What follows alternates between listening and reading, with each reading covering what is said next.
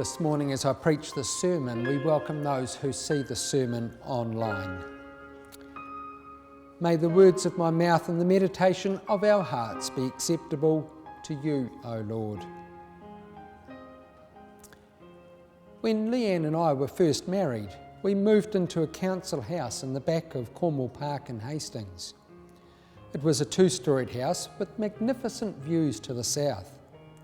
We moved in after my manager had moved out, and I remember commenting to him how wonderful the views to the south were. He replied, "Give it a week and you won't even notice." The view had become something that he took for granted, and from his comment, I sensed he failed to appreciate it. Our reading from the second book of Samuel has a story which displeased the Lord. King David had acted against Uriah and had him killed. Then he took Uriah's wife as his own. David's actions, we learn, caused God to send Nathan the prophet to chastise the king. We learn of all that the Lord had done for David and how this still was not enough. What does God do for us? Are we appreciative of all that we have? Do we see everything as a gift from God? Time has taught me that my manager was wrong in his comment to me, as I always did appreciate the view. I love views wherever I am, and I find myself reflecting on God's blessings to me through God's amazingly created world. How often do you take for granted the things that are around you? Do you notice the beauty of creation? Do you see God in the wonder of the world we live? What about the person you walk past who is made in the image of God, just as you and I are? Today, I believe we are being reminded of our need to focus on our relationship with God and who we are to God. Readings such as our Old Testament reading help us to look at what we do in our lives that the Lord may question, to help us to find peace amidst our darkness by turning to God for forgiveness. Similarly, our psalm today reminds us of the lamenting we do as we regret the things we do in our lives that don't please God. The psalmist asks for God's forgiveness and to cleanse him until he is whiter than snow. It is a good reminder for us of our need for Christ's forgiveness and cleansing, and how accepting God's forgiveness and cleansing, we can be healed. Today's Gospel reading picks up from last week when Jesus fed the 5,000 with 5 barley loaves of bread and 2 fish. I think that Jesus uses today's Gospel reading to help to cement the significance of what he did for the people last week when feeding them with bread.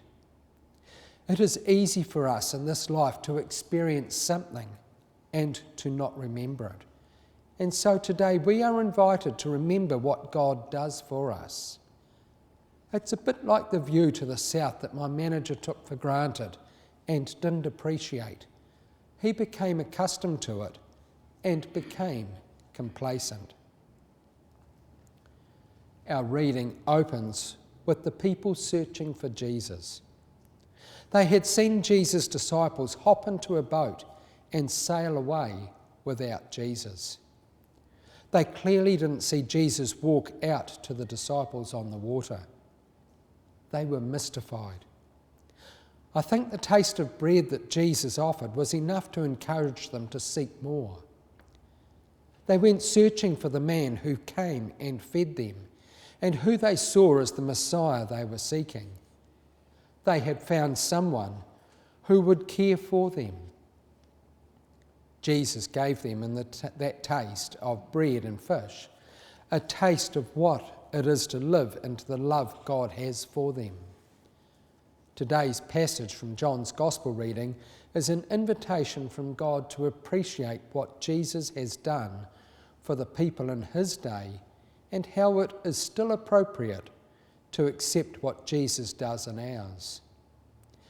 It is a way of encouraging all to focus on what it was that Jesus offers when he feeds us, and to help us to appreciate Jesus in our lives. The bread and fish that Jesus had distributed to the crowds were there to lead the eye, the mind, and the heart to the true gift of God to God's people. It was a reminder of the exodus they had experienced, where God had provided manna in the desert, and an invitation to know that God still provides for them and will continue to do so. Jesus is the manna, and Jesus is inviting us to be fed through him. Jesus, through the image of bread, acts as a leader, guiding people into a new way of being, a new way of experiencing God in their time of hunger.